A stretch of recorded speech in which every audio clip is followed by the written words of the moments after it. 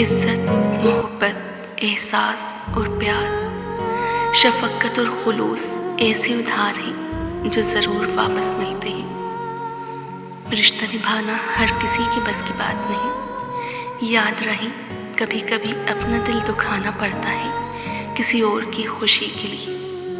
किसी शख्स का आप पर यकीन करना आपके लिए बाइस फ़ख्र है, और जब आप पर कोई यकीन करे, भरोसा करे, तो उसका मानना टूटने दें। मुश्किल वक्त हमेशा मुश्किल नहीं रहता, लेकिन मुश्किल वक्त में सबकी पहचान हो जाती है, और वो पहचान कोई कभी नहीं भूलता।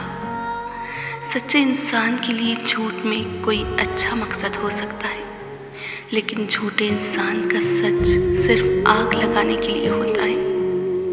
ज़िंदगी में जो चाहे हासिल कर लें, बस इतना ख्याल रखें कि आपकी मंजिल का रास्ता कभी लोगों के दिलों को तोड़ता हुआ ना गुजरे।